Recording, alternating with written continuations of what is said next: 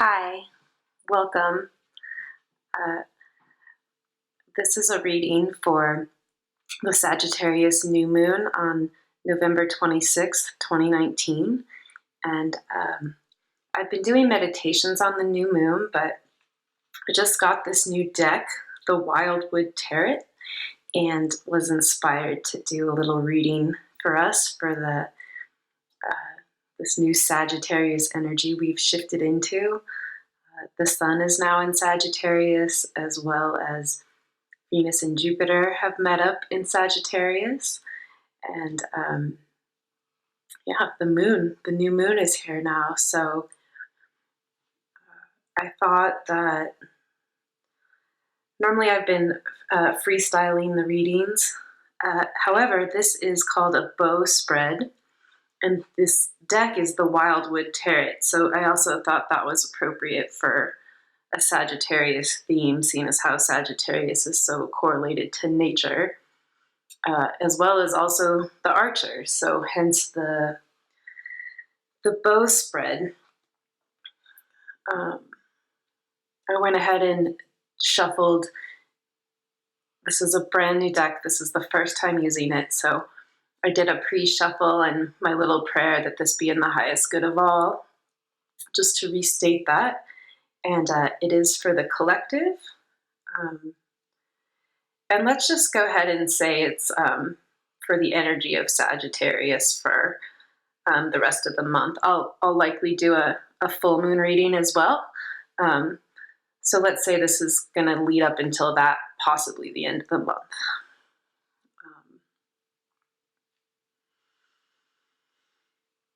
So what do we need to move forward and break free of some of this intense Scorpio energy we've all been undergoing? And so the first card in the deck is the Significator. And so this is going to represent the issue. And we have the Lovers, the Forest Lovers.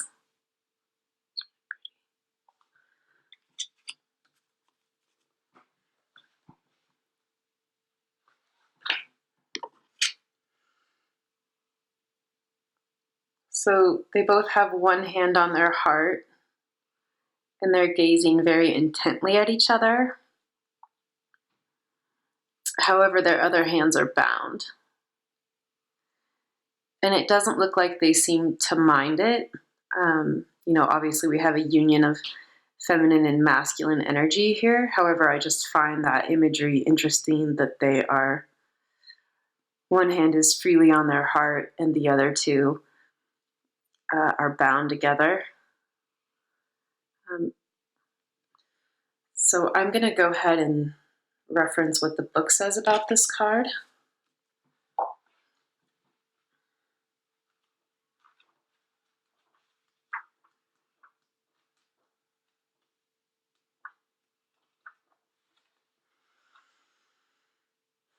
I think what I'm picking up on is that there's something to that. There's something to the feeling bound, and Sagittarius is all about breaking free of what binds us and finding true freedom within.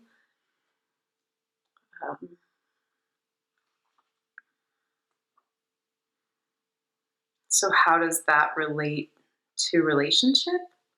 And also, how does that relate to this? This doesn't necessarily even have to be with an external person, right? Like we all have an anima and animus. So if you're a female, you all have an inner masculine, and if you're a male, you have an inner feminine. And it typically operates in the subconscious. So this can also be related to that as well within you. And how are those energies balanced?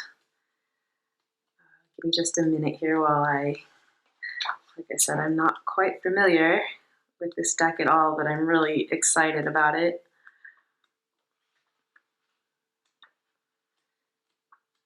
So 6, the Forest Lovers.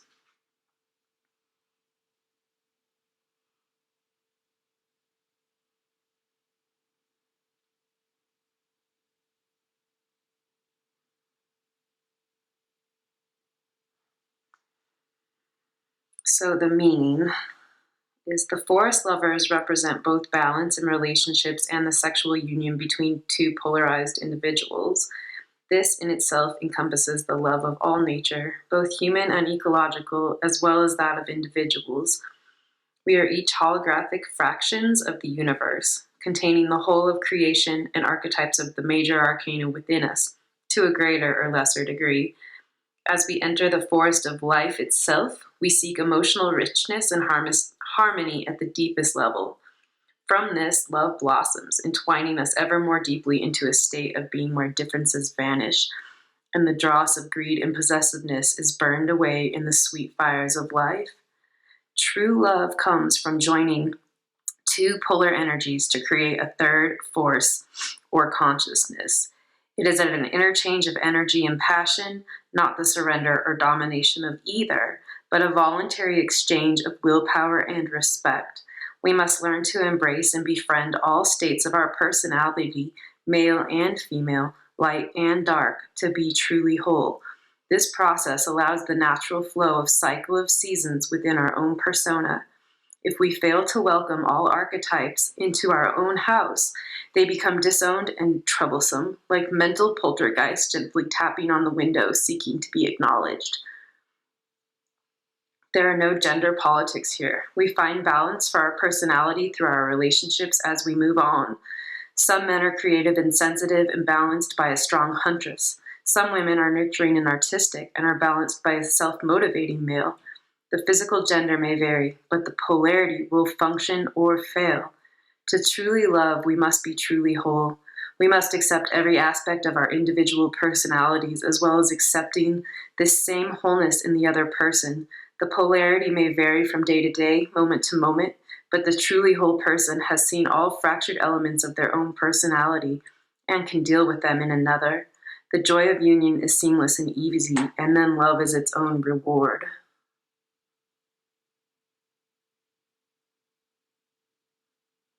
Okay, wow.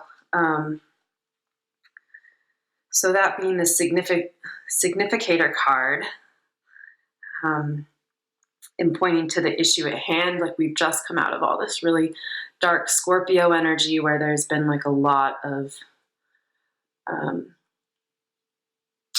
our subconscious has been, our darker parts of our subconscious has been exposed, imbalance in relationships have been exposed.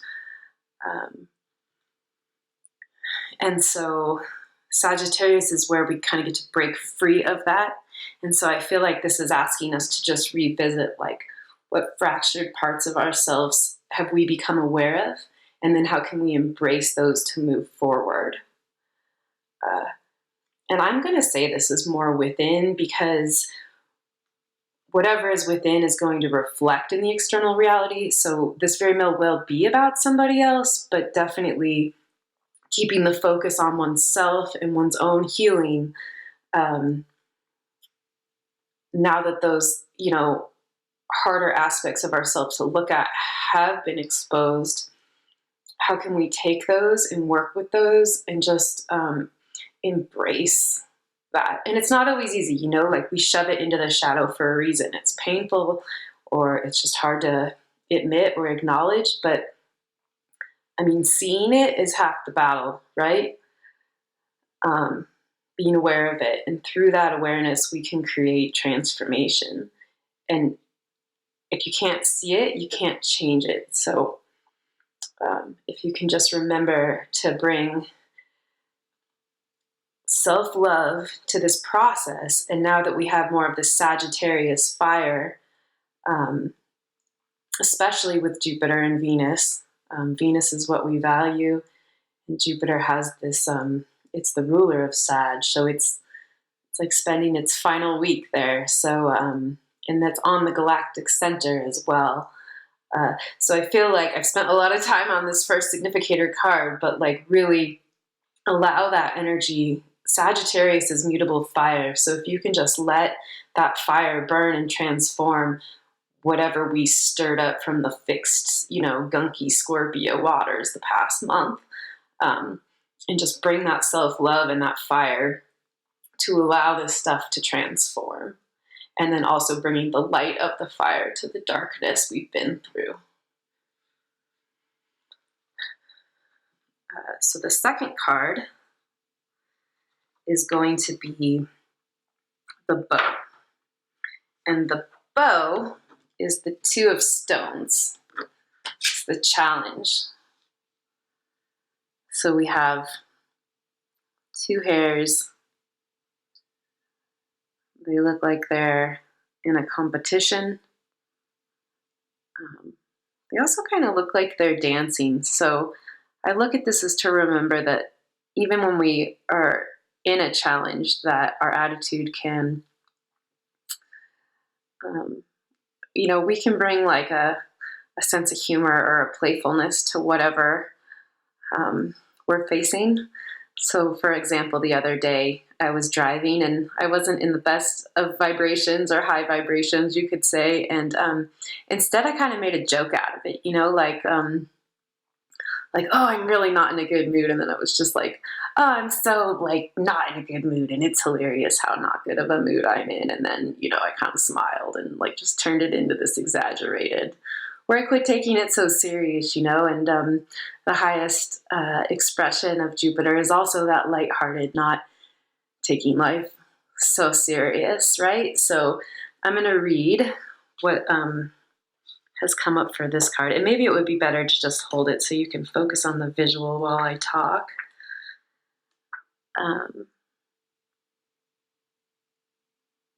guessing the stones is like going to be like pentacles.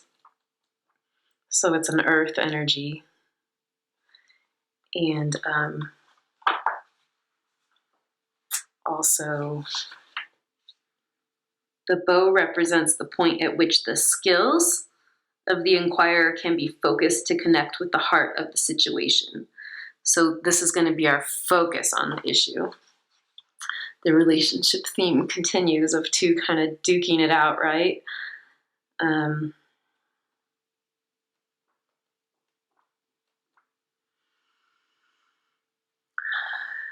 Maybe there's been some conflict that's come up with the Scorpio energy. And so the way to get to the heart of this is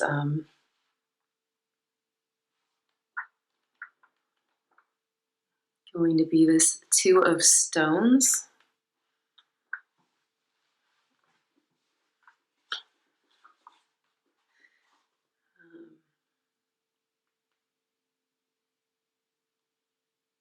And so they're actually standing on those two well-worn stones.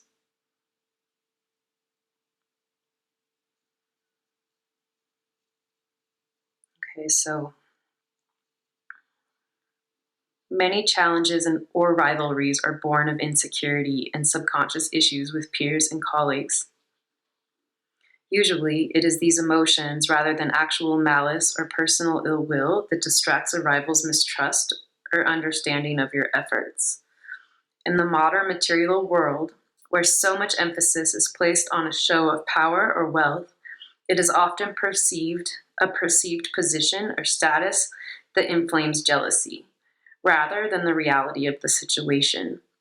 Holding your own ground, there's the earth, and defending your position at such times can be achieved by keeping in touch with pure and positive motivations and holding on to personal integrity and sincerity, which is the basis for any fair and enduring material reward or advancement. Some competition and honest differences of opinion can be productive and even beneficial. Remain clear and focused on your objectives and stay firm in your ethical efforts to proceed with a plan or project. Okay, so whatever conflict you find arising within or without, how can you come back to your center and hold your sacred ground? And on that note, also find grounding. Trust that Mother Earth is holding you.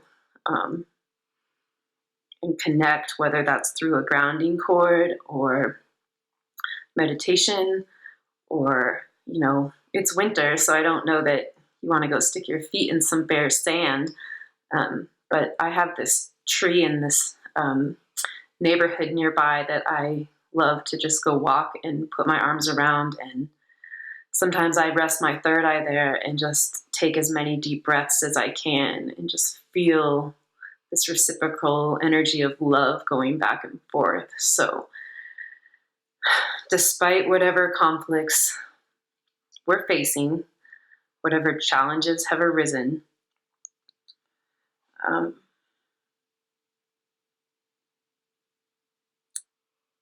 ground your energy, find your own self-empowerment. And even if this is being challenged by others, we'll be stronger for learning to get through the adversity rather than run from it, deny it, or ignore it, or exacerbate it and make it worse, right? So come from your center and rely on the earth as an energy that has your back. Okay, so I'm following this bow spread out of the book. So if you want to see the book, this is what I'm using. So now the third card is going to be the conscious limb. And this is going to represent individual consciousness or analytical processes at work. So more of the mental. What do you think about the situation? And for that, we have the Queen of Vessels, which is the Queen of Cups. And it's a salmon. So we have some very feminine energy here. There's flowing water and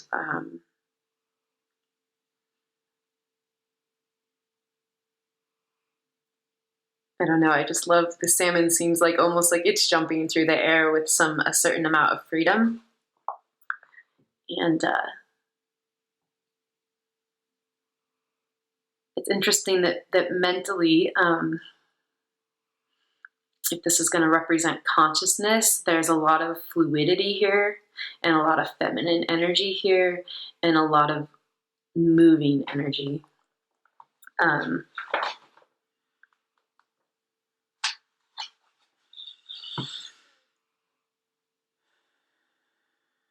So deeply caring and kind, the Queen Spirit draws upon the great honesty, generosity, and self-sacrifice which she sees in you.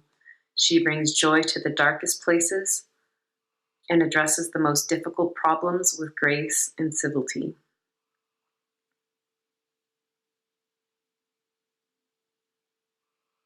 Okay, so that's actually a really beautiful follow-up to the last two cards.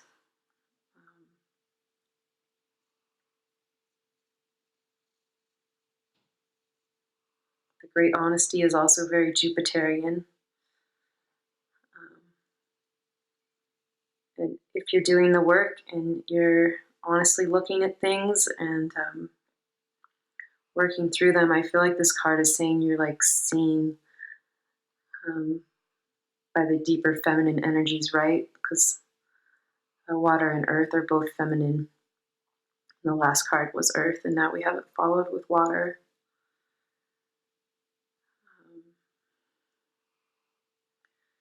So, you're going to want to. This card can also be like emotional maturity, right?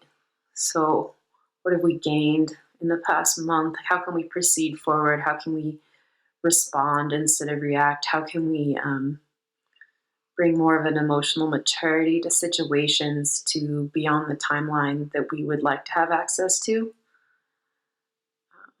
And how can we do that from an honest and graceful place, instead of just being like my way or the highway, or,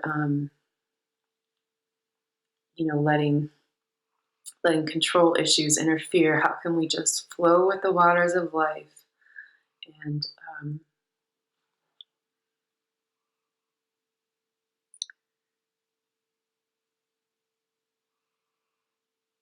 just stand in our integrity here or just ask for grace.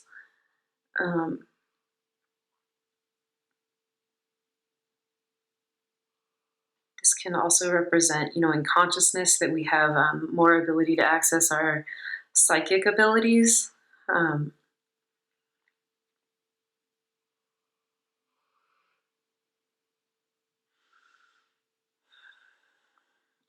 I'm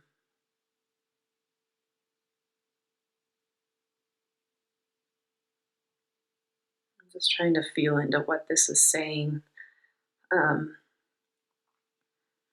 really feel like it's how do we bring joy, and how do we bring a light, and how do we bring some flow out of the dark, stagnant water we've just gotten out of.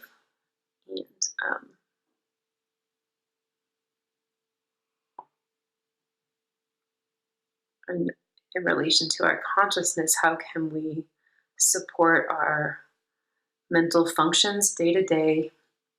And how can we, even, salmon makes me think of like omega fish oil.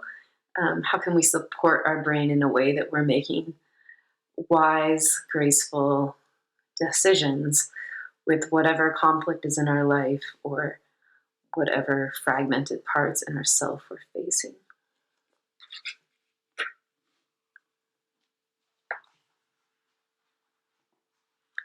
Okay, so this jumps around. So now we're going to jump to the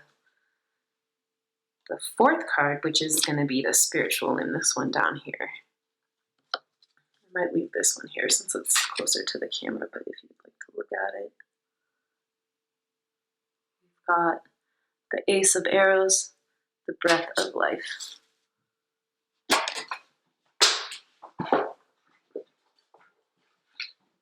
Which apparently is going to be followed up by the Four Stones. Eventually, we're going to get there. I thought this was going to be a shorter reading, but anyways. Okay, so the spiritual limb of our bow here is going to represent emotional or spiritual elements present in the reading. Like, kind of like, what do you feel? So they're kind of reversed, right? Like, this is what do you think, and it's emotional.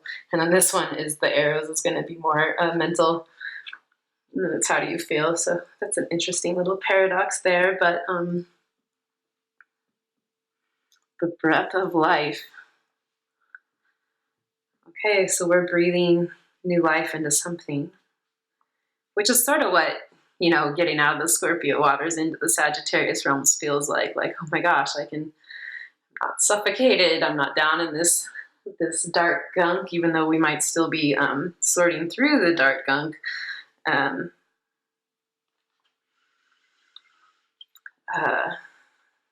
can we breathe a little bit easier?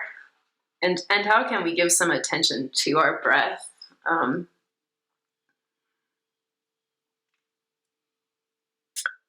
Because the arrow suit is definitely the air element. And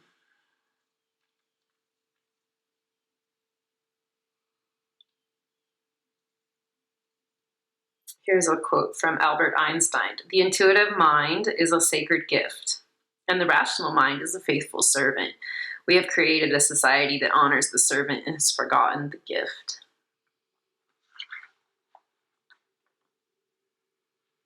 Okay, so spiritually, how can we get back to our breath and remember that we are supported by spirit and that we can find spirit in the breath?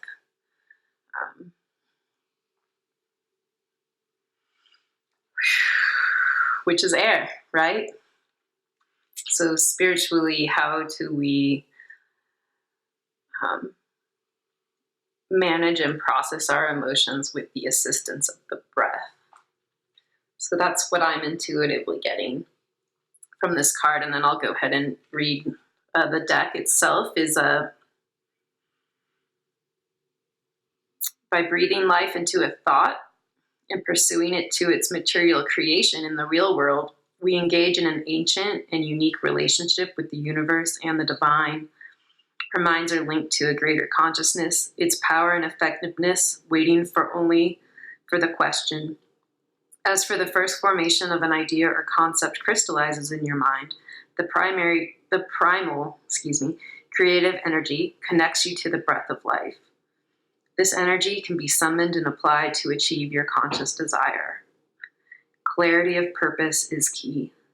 Sometimes an unconscious impulse or drive makes you aware of a hidden issue or need. Such issues may appear in dreams, often signaling their presence in this way because of lack of attention paid to them or a lack of confidence just in our own processes and abilities. Our unique connection to the universe ensures that those issues are brought out into our everyday awareness. Okay, so clarity of purpose is key.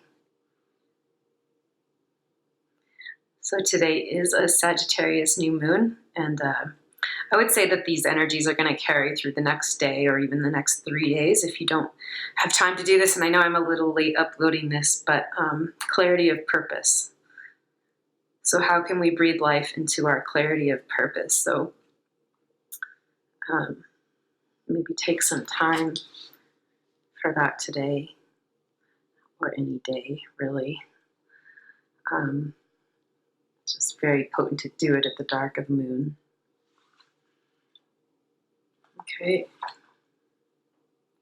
So 5 is going to be the string, which is the card directly above that. This one, the 2 of arrows, injustice. So the string represents the energy or momentum of a situation. This is kind of what's driving the issue.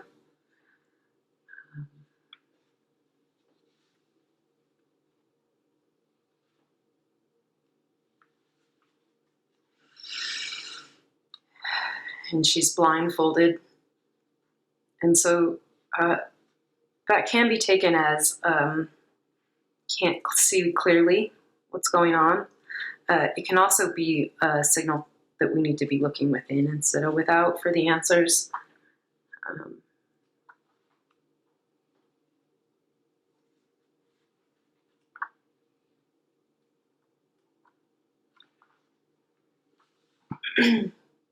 And then there's also, her bow is set down, 2 arrows through the heart, unable to see. And then there's the scales above with on one side is gold and the other is the feather. So I believe that's in reference to the Egyptian, like when you pass, if your heart weighs light as a feather, you're free. And if the scales aren't evenly balanced with that lightweight feather, then it's like back on the incarnation wheel. And just an aside, when I'm attempting to stay in my own integrity or move through life, I sometimes think of this. I should probably actually do more research on it. Maybe I could do a video and just present about it. It's always resonated so deeply with me, this concept. And, moving forward in life, are your decisions going to make your heart lighter or heavier? And even sometimes, when no one's watching, what do you decide to do? Because it's always going to come back to you and your heart, And at the end of the day, no one gets to judge you. It's between you and your heart. You and your heart know what's going on. So in this picture, there is some pain going on there. And let me just read what the book says. So false conclusions, unjust decisions, based on disinformation, motivated by fear, greed, prejudice, can cause innumerable problems, either mistakenly or deliberately distributed to pervert the course of natural justice and the revelation of the facts by those who fear the truth and wish to manipulate the situation for personal control or gain. This propaganda will not serve honest, wise, and impartial scrutiny. In many worldly situations, the truth becomes hijacked and twisted to become a false message designed to confuse and instill fear in those seeking clear insight. The wise seeker questions and tests false messages and discerns the validity of a harmful accusation. Ooh, I like that. Perversions of the truth will always bring frustration and bitterness to the individual or group that deploys such dishonorable tactics. So that's saying you reap what you sow. The perpetrator of lies and falsehoods will always be judged as an unreliable source bent on mischief and destructive interference. For the victim of injustice, the best defense of truth is always more truth. So that goes back to if there is a manipulative force that's causing injustice in your life, another person, it can be so easy to get caught up wanting to defend yourself or point fingers or get another to see the actual truth instead of the twisted distortions they might be projecting onto you or unable to see clearly themselves. And so I think this really comes back to what is going to move us forward is really knowing the truth in our own heart and owning the truth in our own heart, staying centered within that and moving with grace with that and bringing the breath of life to that to balance those polar energies within.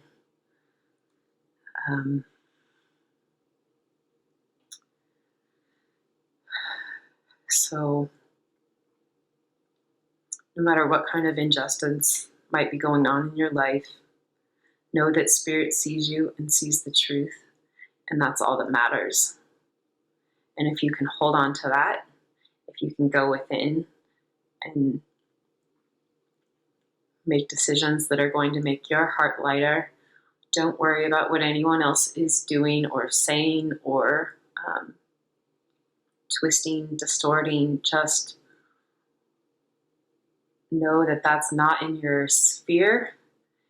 Keep your sphere clean as best you can, and that's their sphere, right? So that's going to be between there and their heart. And we can't change anybody else. We can only affect change within. So remember that. And I forget who the quote is by, but that, look at how hard it is to bring change on yourself to kind of help you find some detachment from trying to change another, right? Which it's so easy to look outside of us and see what needs to change. And it's so much harder to do with ourselves, with our own blind spots, right? Blind spots, blindfold. Okay? But it really doesn't matter if you have a blindfold on or not, if you're in touch with your heart and the truth in your own heart, right? Back to truth. We're back to Sag. Sag wants the truth, right? And there's truths with capital T's and truths with little t. So just own your truth for yourself, and it doesn't need to go into anybody else's sphere, Sag is also the bigger picture and the bigger perspective. So can we open to our truth isn't going to be everyone else's truth, and that's okay. Again, if your heart was to be weighed when it's your time, what is the weight of your heart going to be? And how can you use that? Making decisions, moving forward, the string of the bow.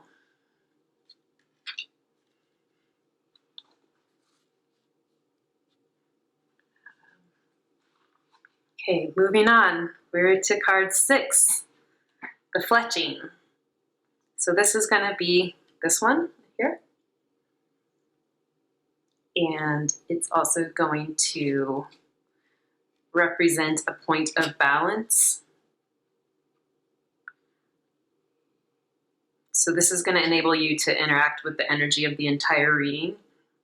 And it's also going to guide a solution. So I'm so excited that this was the first card I drew. And it is the 4 of Stones, protection. And there's this little baby doe out in nature. And it's got this a safe passage or somewhere to rest from this almost vacant desert-like landscape, or the sun setting And it's about to be night, which can be a little more treacherous, but this little doe just looks so peaceful. So it's like that, again, taking solace in the earth, in the spirit of the earth, being our true mother. And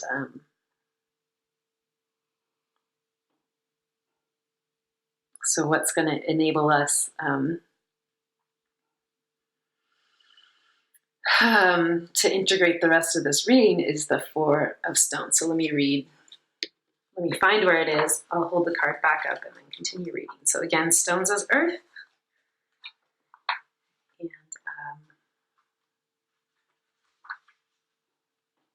4 is going to be like a stable number.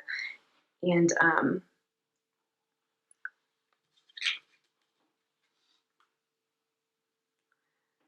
it says the meaning is the newly risen sun. Oh, so the sun isn't setting, it's rising. The newly risen sun brings hope and renewed vitality to the vulnerable. Shelter and protection for the weak or the spiritually wounded is the responsibility of us all. So reading points. Many trials and tribulations surface during our lifetime, and being able to endure these such times is the sign of a strong heart and a healthy spirit. Find a personal place of emotional safety may require patience and stoic dedication to the quest. But for those who have weathered adversity and known loss, the light of life and love will always burn brightly within them. I really like that. Let me read that one more time. But for those who have weathered adversity and known loss, the light of life and love will always burn brightly within them. By building on a foundation of ethical beliefs, boundaries, and skills, we can be assured that when the test comes, we are secure in our self-knowledge and confidence. The human ability to recognize and feel compassion for those who need help is just as important. However, the storm may tear at our inner place of protection. We must keep the faith the sun will rise again for all those in peril and offer fresh opportunities and spiritual rewards. Such is the law of karma, that each act of selfless protection and mercy for those in need revitalizes the spiritual warrior with a sense of peace and divinity rarely found in common practice. Okay, so the fletching of this bow and arrow in this reading is activating our spiritual warrior. Here it is this December. I mean, the energies have been really intense this year. We're wrapping up a rough year, and we're wrapping up an entire decade.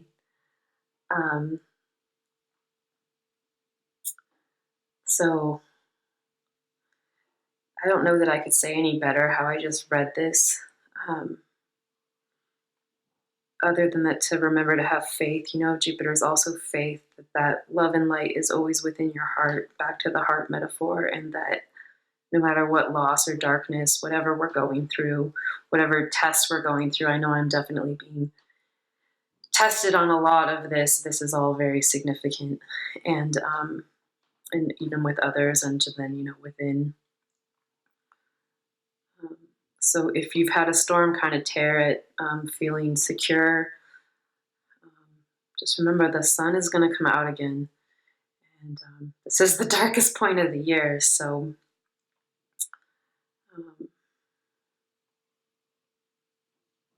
if you've been wounded, just remember the light of the sun is in our heart. And we're going to be able to find renewed vitality when we can tap in to this. And that's also an offer of protection, because it can be easy to feel vulnerable or, just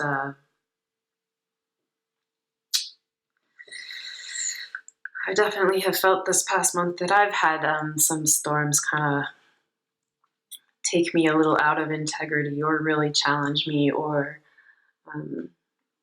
just really call everything that's been brought up in this reading to the surface. So I actually feel like this is really appropriate reading. And okay, so I was going to try and keep this short, but we're already at the 40-minute mark. So if you've made it this far, thank you for tuning in and your time. This is a gift and an offering from me to you for the new moon. And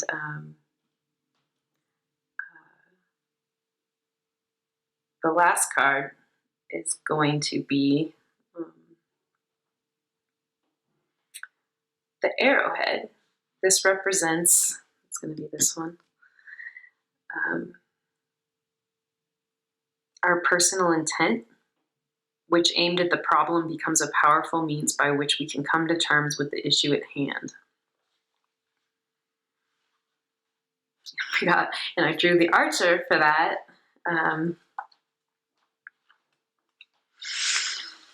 Okay, so, I mean, he is so beautiful for this Sagittarius new moon, right? Like, look at how focused and determined. A part of nature, honing his skill. Spiritual warrior. I feel like each card has led to the next card fairly seamlessly. So the meaning of this card is that the bow's importance for most of early mankind, both as a tool for survival and for defense, cannot be underestimated. It's for this reason, perhaps, that it has also become a spiritual symbol, and that the drawing and releasing of an arrow is sometimes seen as a ritualistic practice in its own right. For many, the bow is a powerful link to our past, and the patience required to master it connects the archer with ancient life or death experience.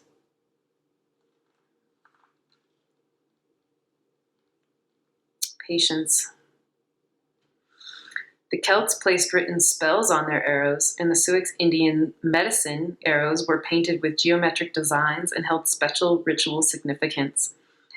So that from early times, the use of the bow took on a role in harnessing and transmission of the will. Stringing the bow gives the wood a potential for release of energy. Drawing the bow controls and harnesses that energy, and releasing the arrow with intent finally sends the archer's will through the air to its target. Just as spells and curses were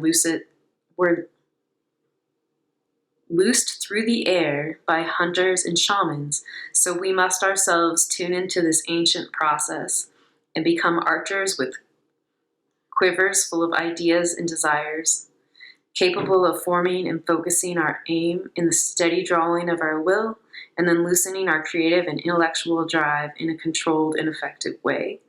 The key to smooth and accurate release of the arrow is a steady and relaxed state, both physically and mentally. As hunters in the forest, we need patience and cunning, as well as intimate knowledge of the wild wood, to move with stealth towards the quarry. Then, with a cool and deliberate aim, the arrow must be released, itself containing something of our will and of our spirit on a flight towards its goal.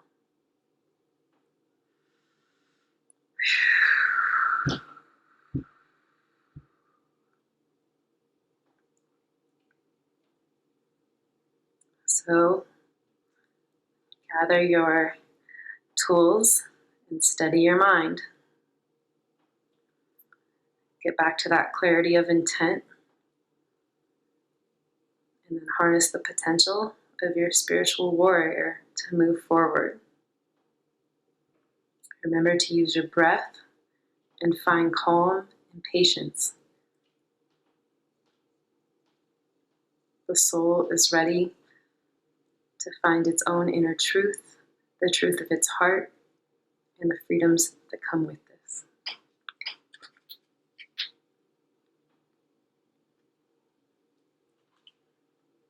The inner freedoms, or even like taking flight, and like the arrow. Wow. So I feel really honored Thank you for letting me guide you through this reading. I hope that you have blessings on this new moon. And I feel like that's a really great note to end on. However, I drew one crowning card for all of it, for the whole reading, and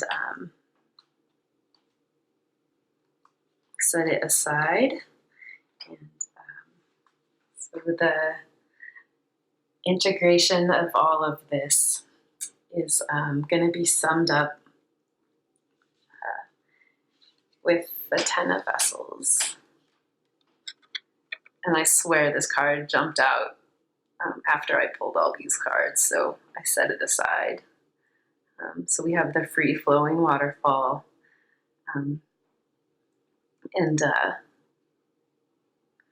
So the meaning of this is generous fulfillment of desires from a source that is pure and cleansing. Reward for patience and love given selflessly. True emotional stability and freedom. Yay, we get to end on that note. I just find that perfect. So with that, I wish you all the best. Thanks for tuning in. New moon blessings, and